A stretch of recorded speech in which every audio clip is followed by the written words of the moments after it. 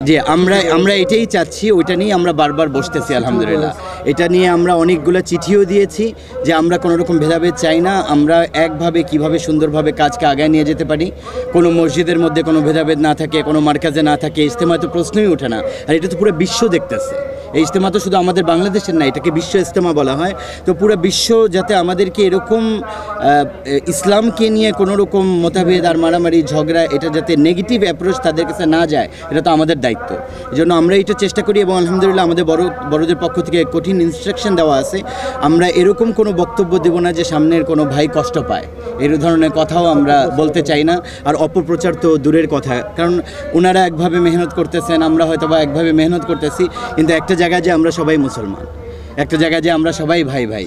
তো এই জায়গায় কেউ কারো কুৎসা রটনা বা কেউ কাউকে প্রতিহিত না করে সবাইকে কাছে টেনে কাজকে আগায় নিতে পারে, এটাই আমাদের কামনা। এই পুরা 4-5 দিন থেকে আমাদের সঙ্গে ছিলেন এবং আপনারাও যারা মিডিয়া কর্মীরা আছেন, আপনারাও পরিপূর্ণভাবে এই 4 দিন 5 দিন পুরা জিনিসটাকে আপনারা পুরা দুনিয়ার মধ্যে, পুরা বাংলাদেশের সামনে প্রচার করার জন্য সহযোগিতা করেছেন। এই জন্য আমরা আপনাদের কাছে ধন্যবাদ।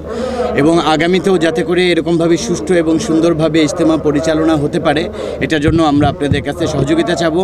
আপনারা জানেন যে কিছু মানুষ এখানে ইজতেমাটাকে প্রশ্নবিদ্ধ করার চেষ্টা করেছে, কিন্তু আলহামদুলিল্লাহ আল্লাহ তাআলার পক্ষ থেকে এটা করতে পারে নাই। সুন্দর একটা সুষ্ঠু এবং সুন্দর একটা পরিবেশের মধ্যে ইজতেমা সম্পন্ন হতে যাচ্ছে।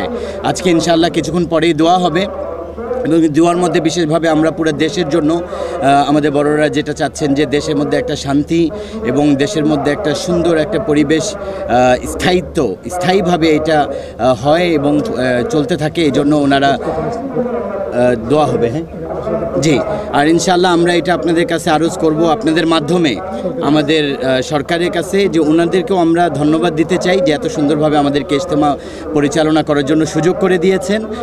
এদিক ওদিক থেকে অনেক রকম কথা ওনাদের কাছে যাচ্ছিল, ওনারা ওটার মধ্যে কান না দিয়ে আমাদেরকে সুযোগ করে দিয়েছেন এবং আপনারা এটা দেখেছেন যে কত সুন্দরভাবে আমরা এই ইজতেমাকে সুষ্ঠুভাবে পরিচালনা করতে পেরেছি।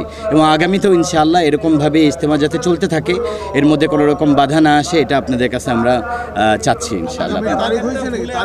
জি,